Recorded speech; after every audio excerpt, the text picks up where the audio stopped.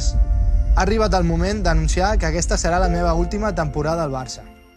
C'est un enfant du club devenu légende du FC Barcelone qui s'apprête à quitter la Catalogne. Sergio Busquets et le Barça, l'histoire se terminera à la fin de la saison. La nouvelle a été officialisée dans une vidéo ce mercredi. Le capitaine des Blaugrana s'en va après 15 saisons, plus de 700 rencontres disputées et un palmarès riche, 7 Coupes du Roi, 3 Ligues des Champions et sans doute bientôt une 9e Liga. L'Espagnol de 34 ans pourrait rejoindre l'Arabie Saoudite où il connaîtrait seulement le 2e club de sa carrière. Marcelo Bielsa va s'engager à la tête de la sélection uruguayenne pour la mener au moins jusqu'à la Coupe du Monde 2026. Cela a été annoncé ce jeudi par la Fédération uruguayenne de football. Le technicien argentin était sans club depuis son départ de Leeds il y a plus d'un an. El Loco devient le second non-uruguayen à prendre les rênes de la Céleste. Pressenti depuis déjà un mois, Bielsa dirigera ses premiers matchs en juin lors de 2 amicaux, avant d'entamer 3 mois plus tard les éliminatoires pour la Coupe du Monde. Passé entre autres par Marseille et Lille, Bielsa a aussi dirigé les sélections de l'Argentine et du Chili. Le natif de Rosario avait fini par démissionner de ses 2 postes de sélectionneur.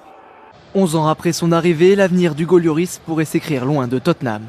À 1 an de la fin de son contrat, le portier français serait sur le départ dès cet été. Pour aller où? Plusieurs hypothèses s'offrent à l'ex-capitaine des Bleus.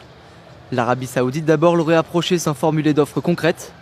La MLS, un retour en France ou une nouvelle expérience à l'étranger ne sont pas des options à exclure. Avec 447 matchs sous le maillot des Spurs, Tottenham s'apprête à dire adieu à un monument.